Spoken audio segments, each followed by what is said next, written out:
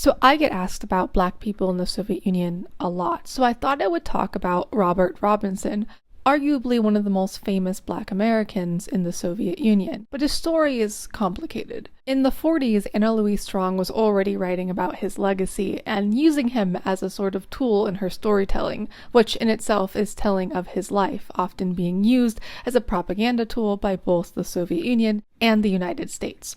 But let's get into what Anna Louise Strong had to say. Acts of race prejudice are severely dealt with in the Soviet Union. Ordinary drunken brawls between Russians may be lightly handled as misdemeanors, but let a brawl occur between a Russian and a Jew in which national names are used in a way insulting to national dignity, and this becomes a serious political offense. Usually, the remnants of national antagonisms require no such drastic methods. They yield to education.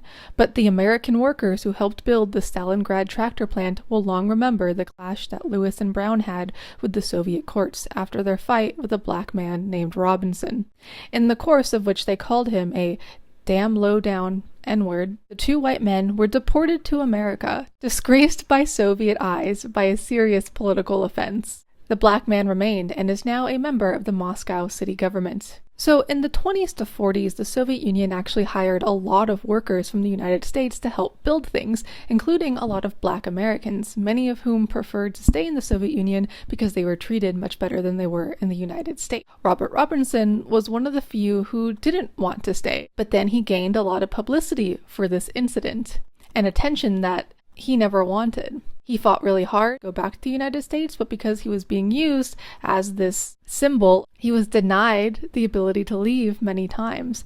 And when he finally did get to go back to the United States, he had a lot of negative things to say. So he wrote a book about his experiences and about being used as this symbol, and in return, the United States then did the same exact thing and used him to express how the Soviets weren't as good as they say they were. It's actually quite frustrating because there are a lot of Black Americans who stayed in the Soviet Union and had perfectly fine experiences, but whenever you mention those people, Robert Robinson is brought up.